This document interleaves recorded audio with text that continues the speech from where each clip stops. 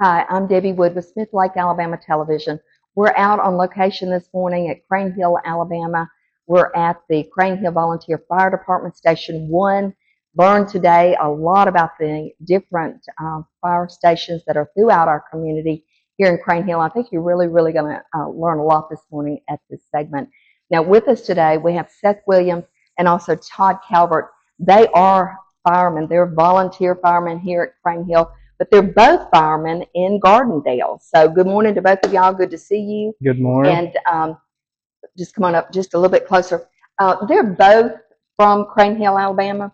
Been here all your lives, right? Yes, ma'am. Tell us a little bit about both of you. I know we need to tell everybody that your dad is the fire chief, so you really have to behave. I do. I'm work hard. I'm on a strict line right here, but he's been good. He's a good fire chief. He's made a lot of tough decisions for his fire department. He's kept his fire department on track, financial wise, and just being caught up, getting everybody up to date on training. Exactly. And y'all grown, Seth. I mean, you've grown. Yeah. You're just 21 years old, but I remember coming through here years ago thinking, wow, Crane Hill's really uptown with this nice fire station. You were telling me earlier that you have a new fire station. Yes, ma'am. So you have 4 now. We've got 4. We've made, probably throughout the past 5 years, we've made a lot of improvements. We built a new fire station. We bought 2 new engines for our fleet, and then we bought a new boat outdated with sonar equipment as well. That's awesome.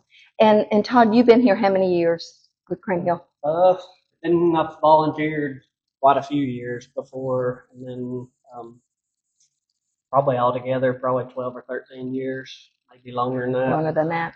And you both work full-time jobs in Gardendale, and you both have been there how long, roughly? I've been there almost 11 years. 11? I've just started. I've been there since December of last year. Of last year, okay. But you love what you do, don't you? Yes, ma'am. And what a great way to go and learn stuff and keep up with all the regulations that they have.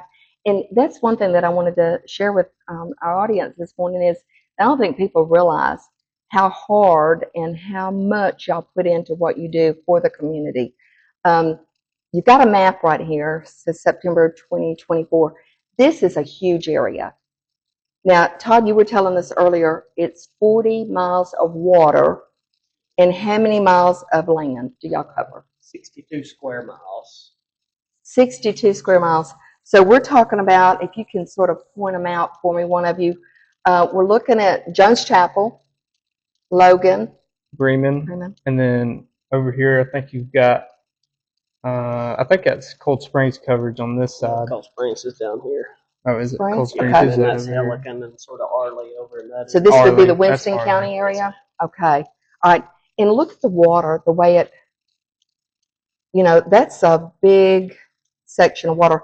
Plus, you have to go all the way around in order to get to this section. Mm-hmm. Okay. So tell me how, if you get a call, depending on what the call is, if it's a fire on land or if there's an accident on the water. You had said earlier something about a boat at Station 2, and then you have your bigger boat at Trident. Yes, ma'am.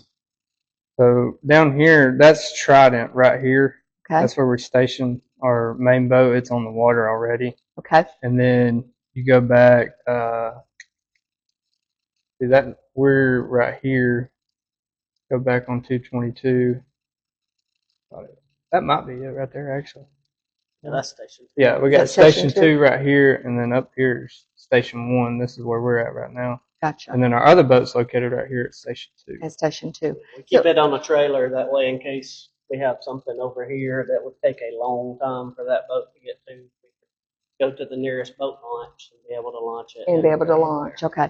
So recently we had the terrible accident where the Major League Fishing folks were involved in an accident over at Major Miller's. You were telling us earlier how you guys assembled. So tell me about that again. What did you do once you got the call? You two were on duty that morning. He was on duty. I was at home. I live right about in this area right in here. Okay. So I was home, and I think the call come through a little bit after 7, around 7:15. Okay. Somewhere around there. And as soon as I heard it come out on the radio, and I looked on we have an active app that gives us notes and details about the call. Right. I looked at it, and seen that it was on water. So within 5 minutes or so, I'd left the house, come down here to Trident, and hopped on a boat with two of our other volunteers, and we headed on out to Major Miller's where the call was. And so from here to Major Miller's, and then you were actually Yeah, I was got on the duty, and so we have a service truck that has a lot of our rope equipment and okay other stuff that we don't really know what you're going to need when you have until a you call get like there. that. So Okay, we try to carry our service truck that has most of that stuff. That way you have something on land and something on water and be able to try to work together to see what you need. so you headed out on the service truck and you guys met there, and of course we all know how all that ended. It's so sad and terrible, but that's what we're trying to do today, folks, is let you know if you're out on the water. We have so many new people moving in here from all over Yes, ma'am. Mississippi, so many people from Mississippi, Tennessee, all over Birmingham. So that's what we're trying to do, is make you aware of what's going on and how these folks are protecting you and your family, and they're there to help you each and every day. We'll be back with another segment right after.